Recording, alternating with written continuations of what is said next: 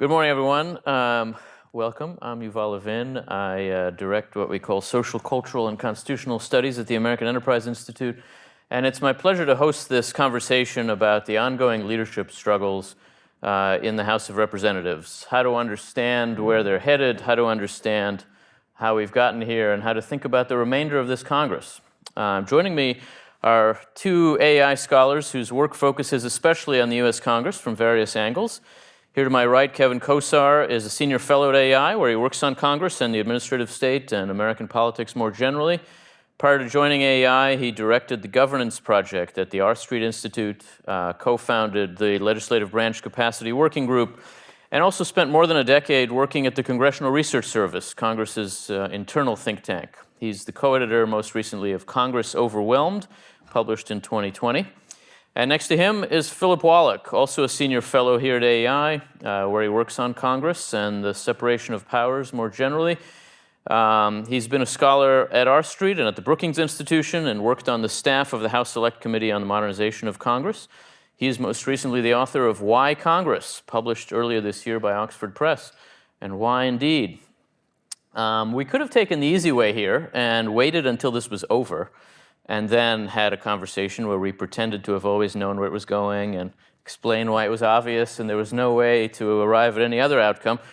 But instead, we've chosen to kind of acknowledge the fact that, like everybody else, we don't know where this is going. And this is really the right kind of time to have a conversation about the nature of this Congress and the nature of the challenges that House Republicans face, precisely because we're in the middle of things. And in the coming days and weeks, the fate of this Congress will be decided by a very unpredictable process.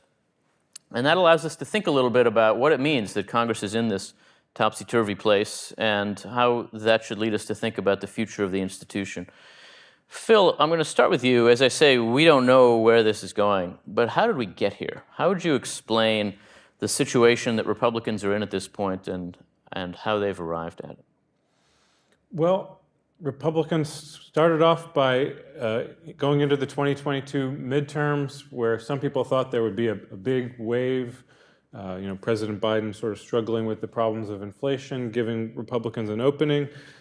But Republicans instead win a very narrow majority in the House. That really shapes all the ensuing drama of 2023. If Republicans held 245 seats in the House, I think you could probably assume that things might be very different today. But they didn't. They went in with 223, I think, and now it's 222 because of a vacancy.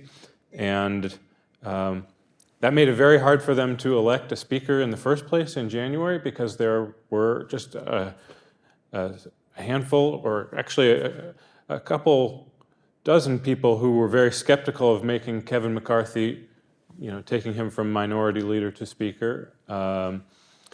He eventually managed to bargain with some of that group and sort of make promises about how he would conduct the agenda and go into certain fights, especially about spending and the debt limit. And there were then 6 members who were still unwilling to ever cast a vote for McCarthy, but they did, after 15 rounds of balloting, relent and let McCarthy become Speaker by abstaining, by voting present. So McCarthy always sort of had an axe hanging over him because it seemed like these folks were just rather unreconciled to his speakership in the first place, and that sense of grievance got even stronger after McCarthy ended up brokering a deal with Joe Biden administration, Senate Democrats, about the debt ceiling this spring. In some ways it seemed impressive at the time that McCarthy was able to get that through. It was a bipartisan deal. Republicans voted in favor of it 2-1, but the Republicans who didn't like it very much, I guess, and kind of gave notice that they no longer felt obligated to cooperate with McCarthy. So we had a series of very strange weeks on Capitol Hill where Republicans voted against some of the rules. So we have to dwell a little bit on what that means. The Rules Committee is the agenda-setting body in the House of Representatives. In recent decades, it has functioned as a sort of an instrument of the Speaker's control. The Rules Committee tees up things that the Speaker wants. This time around, the Rules Committee is a little more complicated because it has 3 members who McCarthy appointed to it to placate this sort of oppositional faction. So things on the committee itself got sort of strange, and then customarily the party just all comes out in favor and votes in favor of the rules. They might not vote in favor of the bill that's being teed up, but they vote in favor of the rule. That's the essence of majority party agenda control. Now we saw Republicans voting against the rules and threatening to vote against all the rules, which essentially means saying that there's no way for the Speaker to control the agenda anymore. So that was sort of brought us to an impasse. Now finally bringing things up to this fall, they just decided that after Kevin McCarthy brokered this 11th hour continuing resolution to avoid a government shutdown, that was just enough for them. And so finally, Matt Gaetz, representative from Florida's 1st District, made good on his threat to bring this resolution to declare the chair vacate, known as the motion to vacate. I don't know that he knew what was going to happen when he decided to do that, but he just sort of let's see what happens. At worst, I lose, and you stay on the speakership with the benefit of Democratic votes, and I get to say Kevin McCarthy is the tool of the uniparty, which is sort of the new critique that the hardline conservatives in the House like to make. So, as it turned out, 8 Republicans voted with all Democrats to oust McCarthy. For the first time in the House's history, a speakership was removed on the floor. And so that means we need a new speaker. We have a speaker pro tempore. Kevin McCarthy, by virtue of a post 9/11 law, got to make a list after he became speaker that he filed with the clerk of the House of Representatives. And it was a secret list saying, who are the next people who would take your office if you should become incapable or be removed from office? And it turns out that Representative Patrick McHenry of North Carolina was number 1 on that list. We don't yet know who number 2 is. We may yet get to find out. So Patrick McHenry very unassumingly walked up the steps to the podium and took over and has since then, about 2 weeks ago, has been gaveling the House into recess. I was watching that moment with a bunch of people who know a lot about the House of Representatives, and we all kind of looked at each other like, what's going on now? And that seems like the feeling of the last couple of weeks. They should have played his music, right? Yeah. So there's a lot there to unpack, and I should say, by the way, that the folks watching online, as we go, feel free to send us questions. You can see on the page where you're watching us, the address where you can send it, and we'll bring those questions into the conversation as we go and take some time at the end also to put them to Kevin and Phil. Kevin, Phil begins by emphasizing the narrowness of the majority. I spoke this weekend with a former member, a member I used to work for, who said, there's always 8 or 9 members who just vote no on everything. If you think about those votes we have about naming courthouses in Kansas for some judge who died, there's always like 12 members who vote no, and you think, what are you against here? Or how are you voting no? The difference now is those members are the deciding faction because the Republicans have a 9-seat majority, as the Democrats did last time. Very, very unusual to have these kind of 2 single-digit majorities in the House in a row. It's never happened before.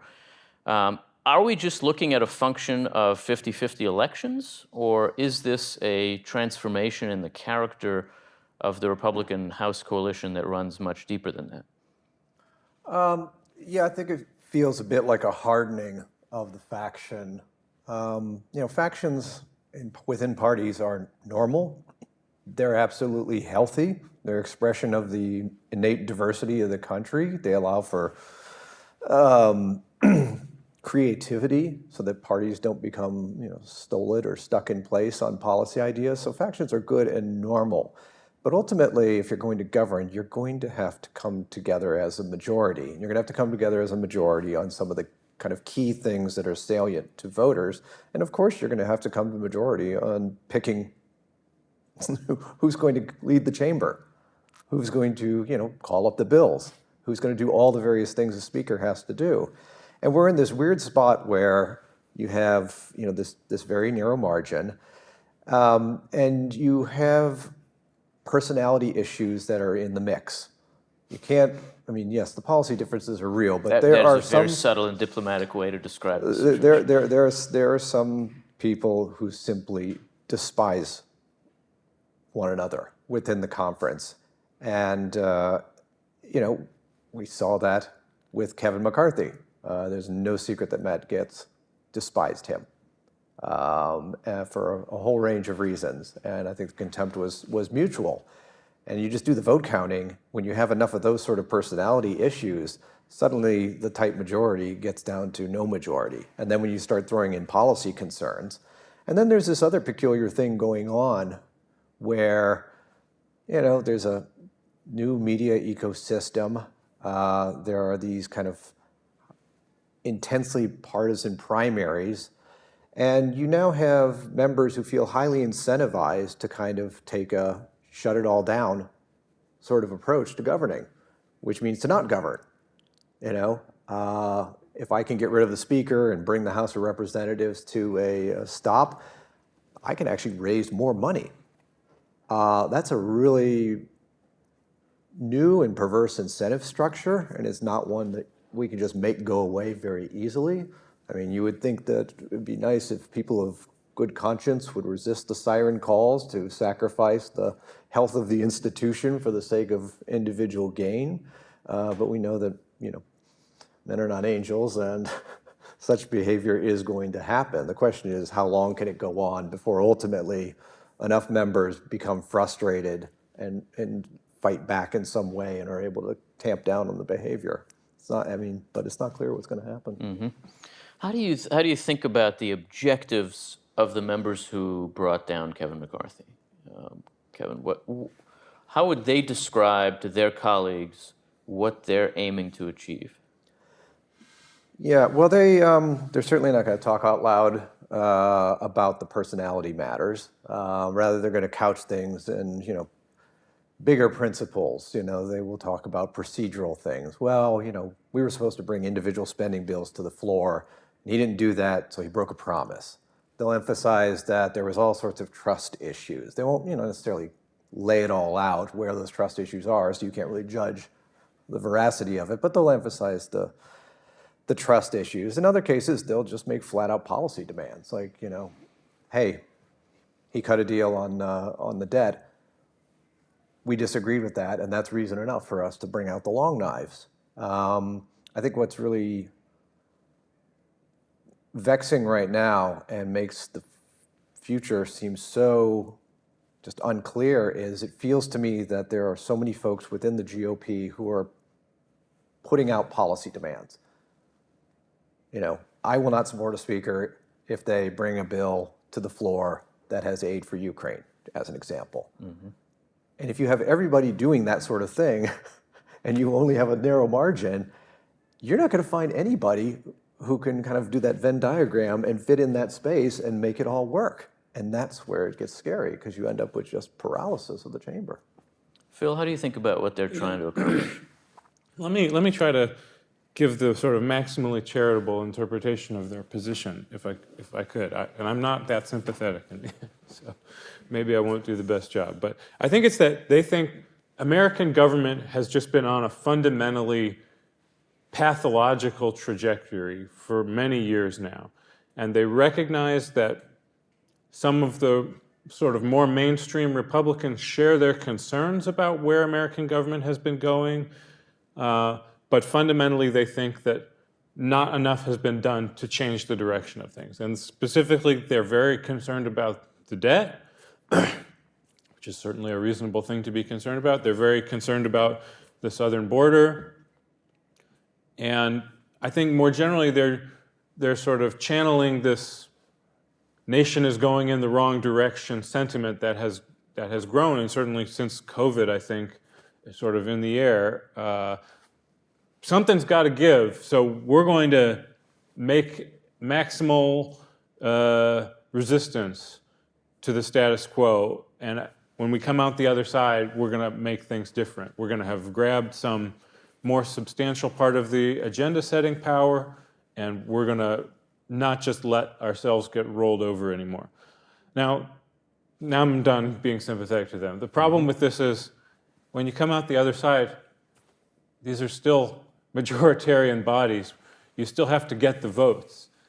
And the way that they're bringing this all to a crisis actually seems more likely to alienate many of their colleagues and make people think, well, I may share some of your substantive concerns, but you're just not fit to cooperate with at all. Like, of course I'm going to be cooperating with Democrats now. That's my only choice, given that you've basically said that you just want to blow everything up until you get your way, and that's not likely to happen right now. So I think, I have a little bit of sympathy for the insurgents in sort of saying, hey, something really needs to change, but I don't really understand their strategy for getting there. Mm-hmm. You're describing in a way an approach to the role of a member of Congress that's distinct from how most members think about their job, right? The question for a member now is, who is the audience for what I'm doing? Is this directed to an outside partisan audience that I want on my side? Or is this directed to a potential majority of members who I could persuade in this body to vote with me on something that matters to me? Which is the right way to think about Congress in this moment? Don't they have a point that ultimately their career does depend on that outside partisan audience, and yet internally it's impossible for Congress to function if members don't think of themselves as accountable to each other? How is a member now, a young member, ambitious, trying to achieve something in politics, but also make a name, how is that person supposed to think about the role of a member of the House of Representatives today? Right. Well, I think this is where it gets tricky, because one has to admit, Matt Gaetz has really made a name for himself. He had the president's ear during President Trump's administration, right? He had influence in that sense, and so the fact that he is not somebody who's good at persuading his colleagues on Capitol Hill to pass laws does not cut him off from being an important, influential person. So in some ways, like an ambitious young person seeking to have maximal impact, goes this route of appealing to outside audiences rather than working the system, and finds more influence that way, right? And of course, Gaetz is not the only one pursuing that model. So it's hard to just tell them you're doing obviously the wrong thing. But we have a situation where ultimately, if this Congress is going to be worth anything, worth being a member of, you have to focus on its core competencies, its special place in the constitutional system, and ultimately that is about passing laws. That's what makes the place special. Not just being representative, but actually connecting that role of the representative to the responsibility of passing the laws and sort of directing the main lines of government. So ultimately, we need ambition counteracting ambition. That's what's supposed to make all this separation of powers work.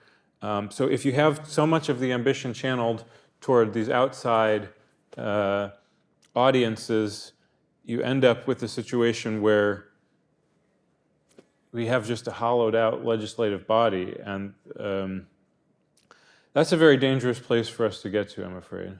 Kevin, how do you think about this? It seems like we're in a moment that forces to the surface really fundamental questions about the nature of a legislature that most members have never really had to think about and don't maybe really know how to think about. What do the members of a majority party in a legislature owe each other? What is that party as a group, as an institution, supposed to be doing? Yeah, one of the topics that I teed up for in a class I taught, an Intro to Congress class I taught to some undergrads, was what's the job of a legislator? and I forced them, take a look at the Constitution, and you're not going to find a job description. You have to kind of tease it out from there. But then there's the reality of it. You got to raise money. You've got to do this. There's a whole scrum of how politics works, that it is very ambiguous. Ultimately, I guess there's the kind of question that I would put before legislators of, how long do you want to do this job, assuming voters are happy with you? I think being a kind of publicity hound and doing these sort of performative things that don't result in substantive policy changes or actual improvements to governance, but that draw a lot of attention to issues, I'm not sure how long your voters are going to keep sending you back. And I also think that kind of agenda setting and issue raising are just not the whole of the job, because ultimately you are supposed to make policy or to get rid of bad policies. And that component, like, when are you going to get to that if you are relentlessly alienating your colleagues, not being a team player with the party, and devoting yourself to basically getting lots of media hits? The story's been told many times. I mean, Trent Lott, for example, described that when he rode into the House of Representatives, he was kind of a hell-raising, outsider, fight the power sort of legislator. But, after a while, he realized that he was annoying a lot of people and that he wasn't actually getting a lot done. And that when he consulted his inner compass, he decided that, it might actually be good to do something good for this country, as opposed to just aggrandizing myself. And so he started toggling his behavior, and ultimately he followed the old well-worn path of getting up to a committee position, working your way up to leadership, and ultimately having significant influence. And I guess, on this count, it leads me to this kind of last point, which is, like any other institution, the House and the Senate needs to socialize new members. And the way it socialized members 50 or 75 years ago was quite different from today. I mean, that was the day of the very powerful committee system, and the kind of incentive structure was, you're a new member, keep your mouth shut, work with the party, get yourself reelected by, steering stuff towards your district in coordination with chairman, and, eventually you can work your way up and start throwing your weight around. That was the way the place was built, and that's how people, for the most part, behaved. You always had your show horses, but they were the exceptions to the rule, and you had big majorities to work within typically, so that gave you the space. That system is for the most part gone. It's an optional system. You can play within that system, but a lot of members are like, they don't, they campaign specifically that I'm going to go there and I'm going to be out within 6, 8, at most 10 years. In which case, if that's your plan, then why would you want to do the hard work of pushing a piece of legislation across the line, which it usually takes years if it's done within regular order and not attached to an omnibus. So, yeah, that's the sort of things that I would put before members. Mm-hmm. Gut check question: how long do you want to be here? What do you want to really do?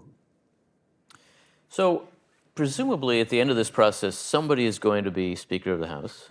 And probably, although we can talk about this, probably that person will be a Republican elected by Republicans. We've now seen 3 Republican speakers in a row, very different people, John Boehner and Paul Ryan and Kevin McCarthy, end up in exactly the same position, essentially, doing the same thing, doing the deal they have to do because you have to do it, and then getting pushed out for it. How is the next speaker supposed to avoid that happening?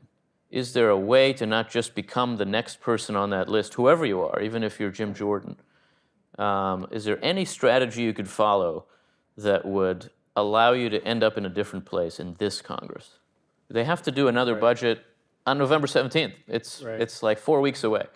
Well, I do think that Jordan's faction thought about this question earlier in the year when the Fiscal Responsibility Act, the debt ceiling deal, was getting negotiated, right? And they put in this peculiar provision which says, if we live on continuing resolutions for this whole fiscal year, we will do a 1% cut in addition to the caps that we already set, in addition to the trajectory we were on. We'll do a 1% cut on both non-defense and defense. And, one way to interpret that at the time was as sort of a hammer mechanism to make everyone come to the table and make sure to get things done. But I think it's now clear, Jim Jordan, as he mounts his bid for Speaker, says, my plan is to do that. My plan is to have us live off continuing resolutions and implement this 1% cut. And I think that's a concrete thing where he could say, well, we're moving in the right direction. We've taken a hard stand, and this is the default that's sort of acknowledged by this law that everyone signed on to earlier this year, and I can stick to my guns and just force you into that because I don't have to do anything else. I think that's this, and Jordan has said this would be his plan if he's elected Speaker. And he wouldn't lose even 5 Republicans. Well, there's your question, right? I mean, would he just try to keep every other alternative off the floor of the House? The thing is, you have to have a majority all the time, right? It's not just to get elected Speaker. You have to have a majority to control the agenda, because ultimately the House is a relentlessly majoritarian body. There's all kinds of ways that the majority can wrest control away from the Speaker on a day-to-day basis if that's what they want to do, and they're committed to sticking together in opposition to the Speaker. So, I mean, the sort of easiest to understand is the discharge petition, where we literally round up a majority of the members' signatures and say, now you have to put this bill on the floor. That's a little bit slow-moving, and there's other ways sort of that are a little bit more into the arcane parliamentary procedure that work much faster and more efficiently. If you're willing to overthrow the Speaker's agenda control, you can do it if you are a committed majority. So, yeah, I think the fact is there's all these defense hawks in the Republican Party. They think that it would be a disaster for the American people's security to go through with this 1% cut on defense spending. They think we need to be raising defense spending right now in this time of world crisis. So it's hard to imagine the rest, even a majority of Republicans going along with that plan, let alone 217 of them. Kevin, is the next Speaker just bound to end up in the same place? Yeah, it's hard to imagine it working out much better for anybody, honestly. I mean, I would say the first thing that any new Speaker is going to have is a new rule on the motion to vacate, because every member, no matter who the Speaker is going to have an incentive to take him out. Let me ask you, when Kevin McCarthy agreed to lower the threshold back to 1, where it had been for most of the history of the Congress, a lot of people said, I think I said, that this doesn't really matter very much because you still need a majority to actually vacate the chair. So why does allowing one member to raise that matter? And it mattered. It sure mattered. I think the relationship between the Democrats and the Republicans and their desire, to struggle for control of the chamber has created a different incentive calculus. I mean, I was wondering, is Hakeem Jeffries going to let some of his people hang back, or just tell everybody, show up if you want, don't show up if you want, vote present if you want? Because again, it was only, 8 Republicans who wanted McCarthy out, 210 wanted him to stay. Like, he could have done that path. But the fact that he didn't was further confirmation of what we know is that partisan competition for control of the chamber has escalated to really intense levels. And so you just have to assume the other party is going to stick it to you. No gentlemanly or gentlewomanly agreements like the sort Pelosi and others may have had to not call on the dogs. Those days seem to be just gone. You don't get any credit for playing nice, particularly not in the primary elections. So yeah, the motion you can't have a motion to vacate because one person is going to get ticked off. One person will calculate it that's in their interest. And again, with a narrow margin, all you have to do is get a few other people who are annoyed with the Speaker for one reason or another. And we're right back where we're at. So I honestly, I'm more and more foreseeing a possibility that we could be in this weird state of having an acting Speaker for quite a while. I will just say, I was with you, Yuval, in thinking that the motion to vacate wasn't that important, but even now, knowing what we know, you have to say that if these 8 people who were willing to kick McCarthy out of the chair were also willing to sink rules on an ongoing basis, they had the ability to cripple the speakership, even if it would have been different to actually oust him entirely. Basically, without a working procedural majority that allows you to control the agenda on the floor, your majority party really isn't a real majority party. Yeah, in some ways, the rules votes are the most surprising thing that's happened in the last few months, maybe even more so than throwing out a speaker. The assumption had always been in the House that members of the majority are not going to vote against rules because then you give up the majority. And for all the reasons we've been talking about, it kind of turns out that's just not as much of a priority for some members of this majority as we might have imagined. And the other great concession that McCarthy made was giving up some seats on the Rules Committee. What's the role of the Rules Committee now going forward? Right. Yeah, I think it's worth pointing out, the Rules Committee has been an arm of the Speaker for many decades now, but that's not always how it's been in the history of the House of Representatives. For a long time, it was its own kind of independent power center. That was a legacy of a speaker that got too powerful, right? In the first decade of the 20th century, we had boss Joseph Cannon, and Speaker Cannon was not only the Speaker of the House, he was also chairman of the Rules Committee. And it really was just whatever Speaker Cannon wanted. He was there on the spot dictating it all. And eventually a progressive faction of Republicans decided that his control was sort of strangling the institution, and they broke it. In one of the sort of seminal moments in House history, they used some complicated maneuvers to oust him from chairmanship of the Rules Committee. And then actually Cannon called on a resolution to vacate the chair to show that even though he had been ousted from the Rules Committee, he nevertheless retained the support of enough Republicans to keep his speakership, which he did. But nevertheless, after that dethroning of Cannon from the Rules Committee became an independent power center. The membership of the whole body decided who was on it for a while. And throughout the long years of Democratic control in the New Deal era, the Rules Committee was a bastion of conservative power. It had this famous chairman, Howard Smith, a conservative Virginian who really was very greatly feared by liberal Democrats. So you can have a more complicated power-sharing structure in the House that might be functional in different settings.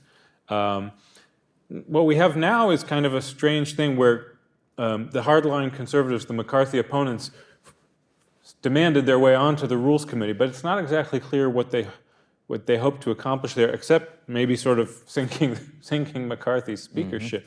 Because what is it that they want to maneuver with the Democrats on committee to get onto the agenda? This is what makes the play of the right wing folks hard to understand. Is where do they think they're going to get their majority from if they're frequently reviling Democrats as just sort of the worst kind of traitors around, and then they're also saying, and we can't work with our Republican colleagues. Where do you go to find the partners? So the Rules Committee has not emerged as some kind of independent power center, but it is capable of sort of melting down if the Republicans on it want to vote against rules. And we saw that for the first time in many years now.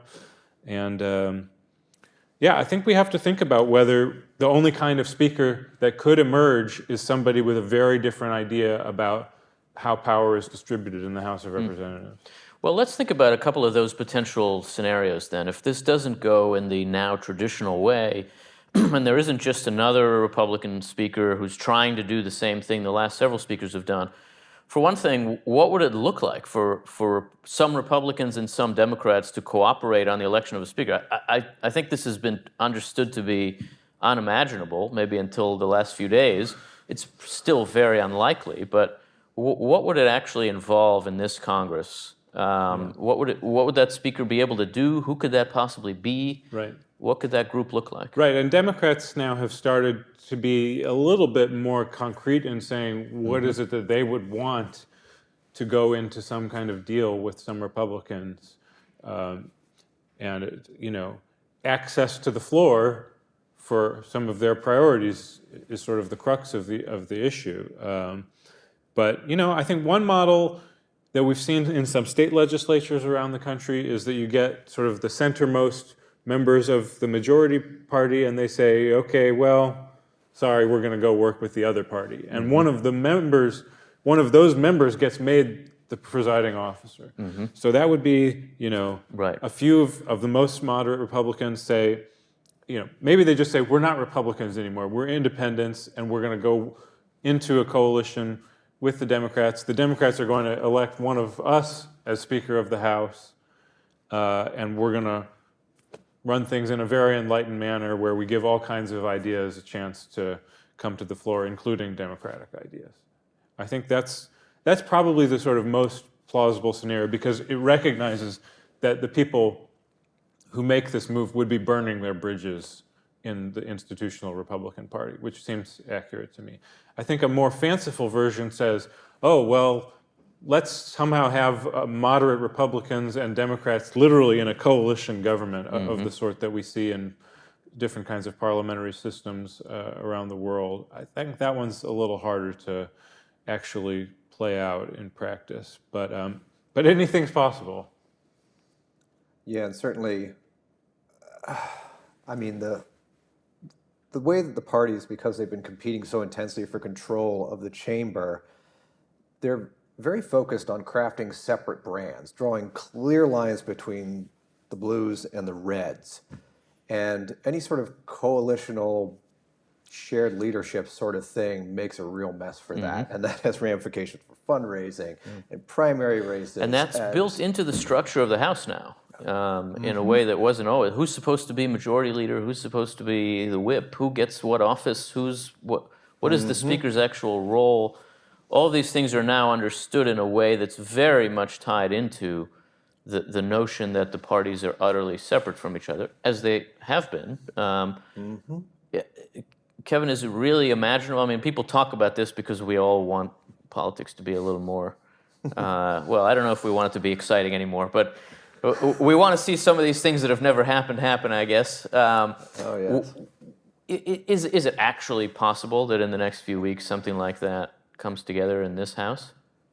I can't say never, because we've seen enough peculiar things happen that we didn't expect, but boy, it's a long shot, it feels for me. The level of antipathy between certain members of, say nothing of within parties, but between the parties are really intense. And then it gets to the kind of nitty gritty of like, well, what does this really look like? What's the first bill that the speaker is going to let to the floor? And how's the Rules Committee going to handle that? I mean, you're just fundamentally changing a game in a way that has just such immense ripple effects. And how do you get to yes? Because I don't think you can get to yes unless you have like a roadmap. Like, how are we going to get through this year? Like, what are we doing on the appropriations? When we do the appropriations, how far of a position can this chamber stake out from the positions that are being staked out in the Senate? Right. To say nothing of where the president might be. That is a lot of stuff to get people to agreement on. And every member is thinking, how do I run for re-election after this? What am I actually telling my voters about who I am? Yep. No, I just want to double back very briefly to something Phil was talking about, the kind of the insurgents and what's their kind of end game. They're in a peculiar place because they make a lot of really ideologically or policy specific demands. Like, it has to be this way. We have to defund the weaponized DOJ. We have to do this. We have to do that. Even if they can get a majority of the House to go along with that, there's the problem of the Senate. Like, the Senate doesn't agree, nor does the president. So when you're trying to really hard bargain, I don't see how you win that hard bargaining when you've got the chambers aligned as they are. I mean, if this was back, George W. Bush administration, where you had, kind of Republican control of all three of the lawmaking pieces, maybe that makes sense. Maybe that plays out. Maybe that works. And maybe some of us would be looking at that and cheering for it. Like, yeah, okay, let's cut spending. Right. Let's do these sorts of things. But when does the reality of the majoritarianism Right. kind of kick in and temper the demands, as opposed to like, well, we don't get what we want, so we'll have no speaker, we'll shut down the government, and we'll go on TV a lot and talk about how strong we are for standing firm. Like, it gets a little hard to talk yourself into the idea that the end game actually does involve these things becoming policy, right? And I think that, again, to try to be most charitable to them, they think that maybe having this big fight out in the open will draw in the American people and change the politics, right? If we sort of raise the level of salience, get the House to be on the front page of the papers every day, maybe the House can chart a new course for the country. It has to be something like that, but where they get the faith that that would be what would happen, I don't know exactly, because you know, when it comes to like radically paring back the welfare state, I just don't know that the American people are really there. Like, you'd have to not just draw their attention, but change their minds. And abolishing the Department of Education, you know, that's another sort of thing. Well, we'll just zero out and get rid of that department, make it go away. Right. Like, well, I'm not sure the American people are comfortable with that. Not a majority. So if a bipartisan move is implausible, and if getting to a more traditional speaker is going to be very difficult, there is now a speaker, in a way. There is the speaker pro tem, the result of a very vague post 9/11 rules change, part of a continuity of government effort in Congress after September 11th, where among the most prominent things that became apparent in looking at the rules of both houses is that the House, unlike the Senate, just really couldn't function if it lost the majority leadership and didn't have a quorum. And so since then, every speaker has put together a list of people who, in order, would become speaker pro tem, presumably just to rearrange the rules, set a new quorum rule, and elect a new speaker and allow the House to function in a true national emergency. It was not intended for a moment like this. And yet, for the first time, the House found itself without a speaker, and somebody in the clerk's office looked at the rules and thought, this rule actually would come into effect. What can the speaker pro tem, Patrick McHenry, do? And if they aren't able to elect a speaker in the usual way, and the House needs to take some action or just wants to, what would be involved now in allowing Patrick McHenry to just effectively be the speaker? yeah. Well, there's only one correct answer to this question, which is he can do what the majority of the House decides they want him to be able to do. And what that is, we will have to see. But I think people can get a little too hung up on reading the text of this rule and trying to understand what exactly was intended by its original drafters. That's not really that important. There is not going to be some external arbiter of this question. The House is its own arbiter. The Constitution makes that very clear, that each chamber controls its own rules, and so this is very much in that wheelhouse. So I think one way to play it would be to just let McHenry organically do one more thing after another and just not stop him. And then we'd have a series of precedents saying that a speaker pro tem can do all these things. You could also be more intentional about it. You could adopt a resolution specifying exactly how his responsibilities and powers would function as speaker pro tem without changing his title or making, I think maybe some people think he's only the acting speaker pro tem right now. We could make him the permanent speaker pro tem. But the House majority has the power to remake the chamber's rules at any moment, right? I think that's important to remember. If there were to be some crazy power shakeup, they could rewrite the committee memberships right then. They don't have to wait for a new Congress. They could do those things. That's all just House resolutions that said all those things. So we have to see what a majority wants. And I do think it's possible to imagine Democrats thought, well, we could never vote to keep McCarthy in the speakership. That would have been politically crazy for us. That's apparently the calculus they more or less had. But it might be a different calculus to say, well, we can support letting McHenry have certain limited powers to make governing possible. That seems like a different ask. So very plausible. Well, I do want to take a few questions that have come in online, and for those watching online, you can continue to ask those questions. You can see the email address on the page where you're watching this. We also have a couple people in the room. If folks want to ask a question here, we can do that too. I'm going to start with one online and then do that. And the question, maybe I'll begin with you, Kevin, because I know you've thought about this. What would it take in terms of changes of House rules and structures to try to avoid this kind of situation in the future?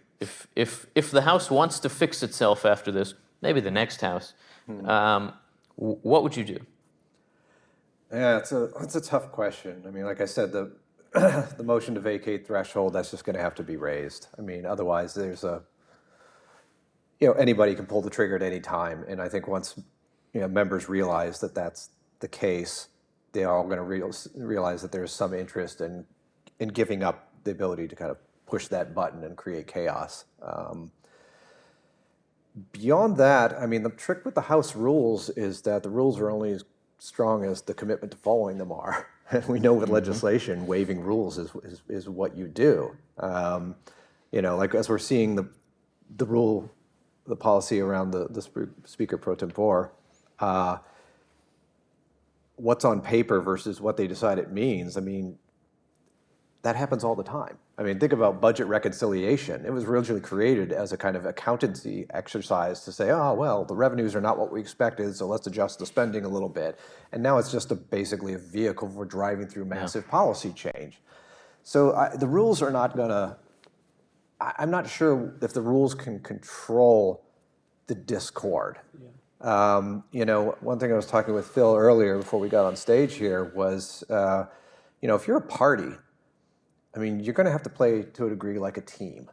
And one of the rules has always been that, hey, once the party has a majority to do something, we can let some members go vote their conscience, vote their district, whatever. But we have to build a majority. And if, I ask you to take a hard vote, you suck it up. Well, that ethos, unless that can be refostered, I don't know how you get anything done. If anybody can basically resist the whole way and bring down the whole party's success in the process, I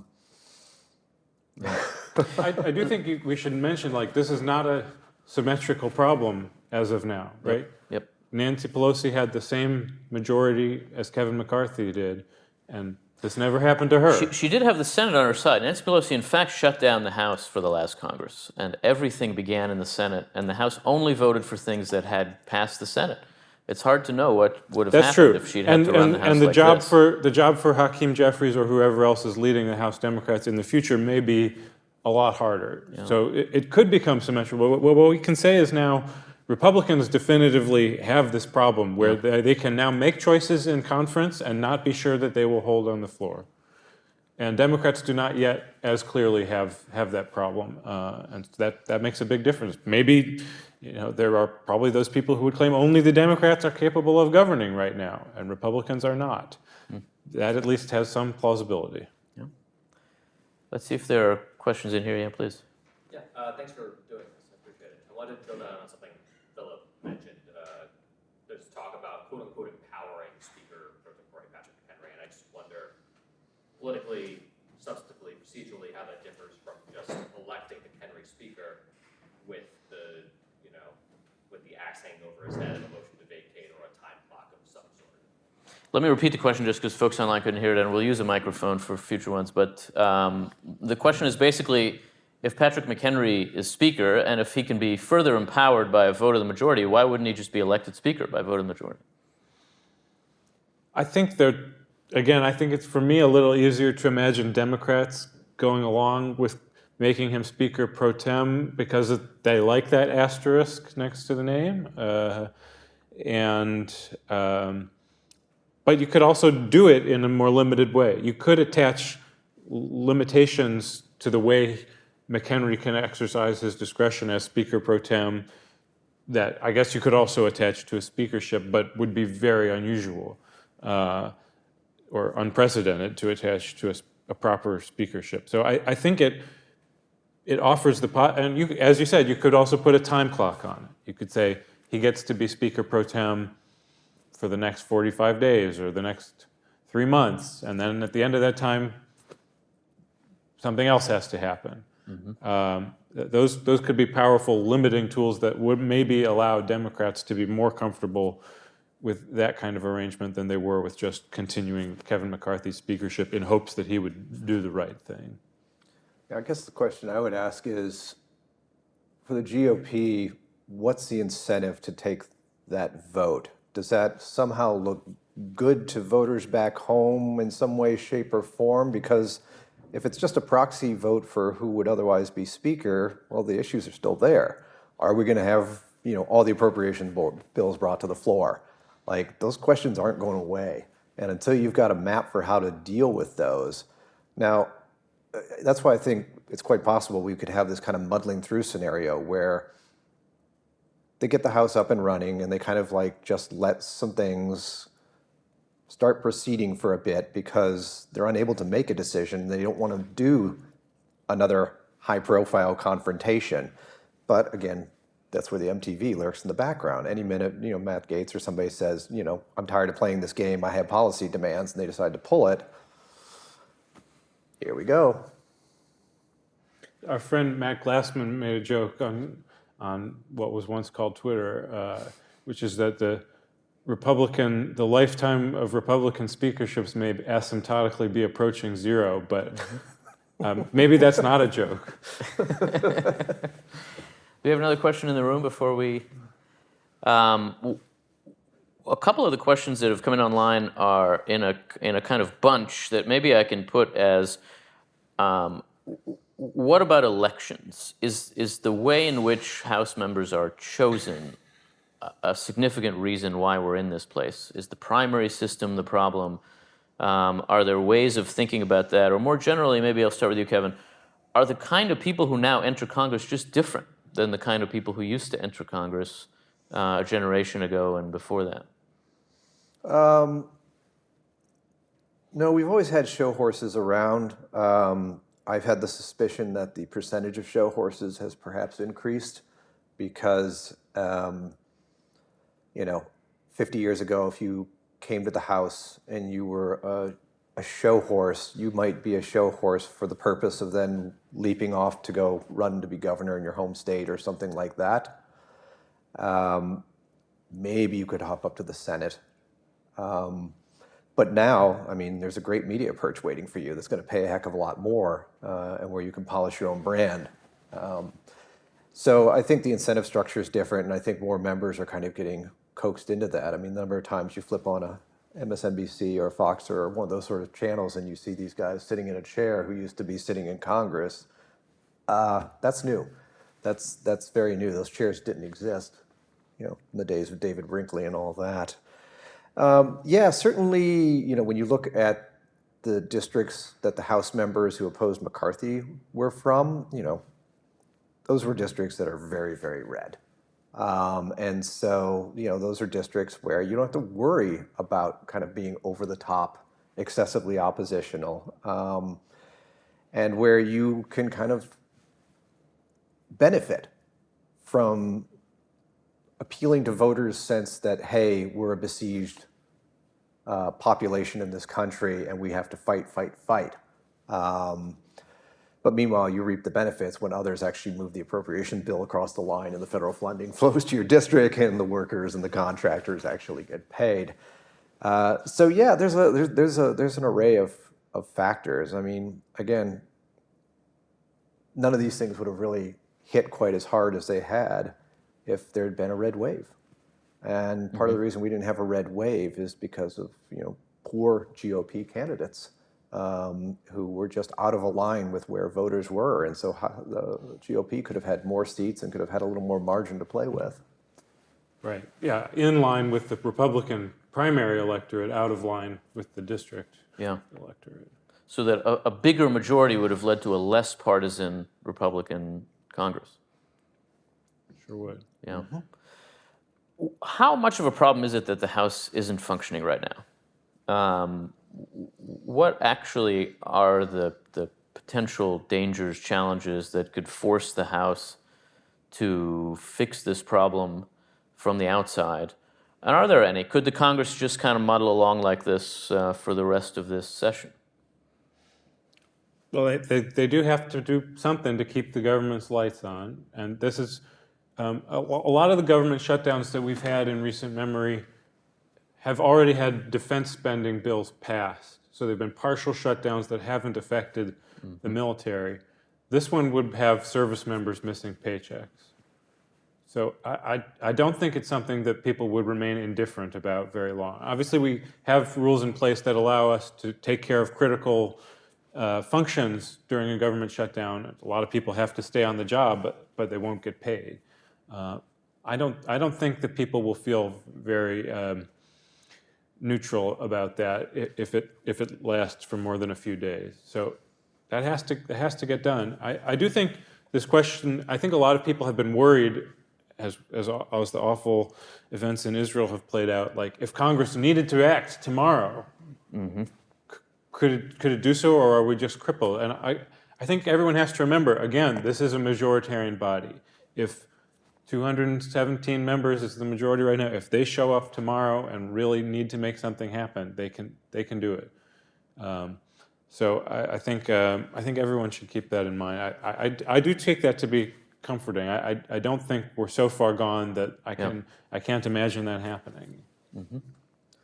Yeah, I mean, I gotta wonder, whereas the longer this drags on, the more you're gonna kind of feel the sand in the gears.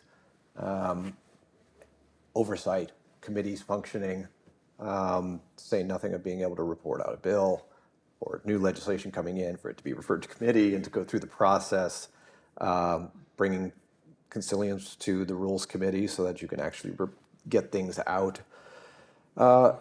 And the GOP is probably also thinking about the issue of fundraising. I mean, one job of a speaker is to be the fundraiser, to go out there and do a heck of a lot of glad handing and to make it rain. Well, guess what? We're going to a competitive season, and they don't have somebody who's in charge of that right now. I'm not sure how much McCarthy has said he will try to continue raising money, but how much do donors want to write checks if it's the good guy who's no longer in charge of the chamber and doesn't have control over the agenda? Meanwhile, Mr. Scalise has some health issues, so for his ability to go out there and to do all the jet setting and the meetings and this sort of stuff, that's a challenge. And so you're kind of digging deep into the bench to figure out who's going to raise the money. Meanwhile, Democrats are a machine. They've got it just pouring in. So Republicans have to kind of wake up and realize that they could end up getting creamed. How do you think about the effect of this on the next election cycle beyond that? Fundraising is certainly a big issue. Kevin McCarthy was a massive fundraiser for the party. No one quite like him. What about voters themselves? Are members going to have to explain how they behaved here to voters, or is that not really how House elections work? I think, that Democrats are going to kind of hang that they can't govern their dysfunctional sort of stuff on the party very, very heavily.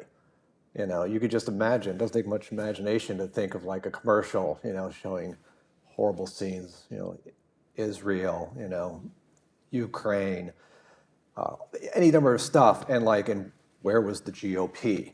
And then it shows pictures of them bickering with each other and that sort of stuff, and the House being shut down. And I mean, you can brand the party with incompetence pretty easily. And that's not a box you want to be in if you're running, hey, pick me, not this other guy. Well, wait a minute, you're part of that party who can't do things? Yeah, I'll just say, if they were to somehow resolve things quickly in the coming weeks and sort of get on with life, then I could imagine the argument that voters just wouldn't remember this stuff that much, a little bit more than a year from now. They'll be on to the next thing. They'll be thinking about the presidential candidates far more than they'll ever be thinking about anything related to the House. Well, that does open up for me the last question. I've let you get away with not guessing where this is going, but guess where this is going. How's this going to end up? Who wins this? 2 months, 3 months from now, what does the House of Representatives look like? Who's the Speaker? Where have we gotten? Kevin? I still see only right now muddling through. It's just so hard to imagine that anybody could rise that is going to get enough votes. I know Jim Jordan, and there's going to be a vote tomorrow. I mean, maybe something miraculous will happen, but I mean, last I heard, there are at least double-digit holdouts, and there are a lot of sore heads because Jim Jordan is not the median House GOP guy. And the idea that somebody who's clearly not the median is going to rise to the top, I mean, it just kind of boggles the credulity. Yeah, the limping along scenario, as I would call it, seems pretty likely. But I will say, I also think it seems kind of plausible that maybe empowering McHenry to just get us through this season and then having the House see if it can, the Republicans see if they could regroup. And I would assume that it would be around somebody who's perceived as having less baggage. I kind of think that the people who've been at the top of these fights over the past month all have generated too much animosity. So we had this Jim Jordan versus Austin Scott vote in the Republican conference. Who is Austin Scott? Well, Yeah. he's a fairly senior member of the conference who's a fine policymaker who is closer to the center of what the GOP membership looks like. Maybe it's somebody who we're not thinking about a lot could be the person who ends up in the speaker's chair, precisely because we haven't been thinking them until now. Well, Kevin Kosar, Philip Wallach, thank you very much. We'll stay tuned. There's much more coming. And thanks to all of you for watching.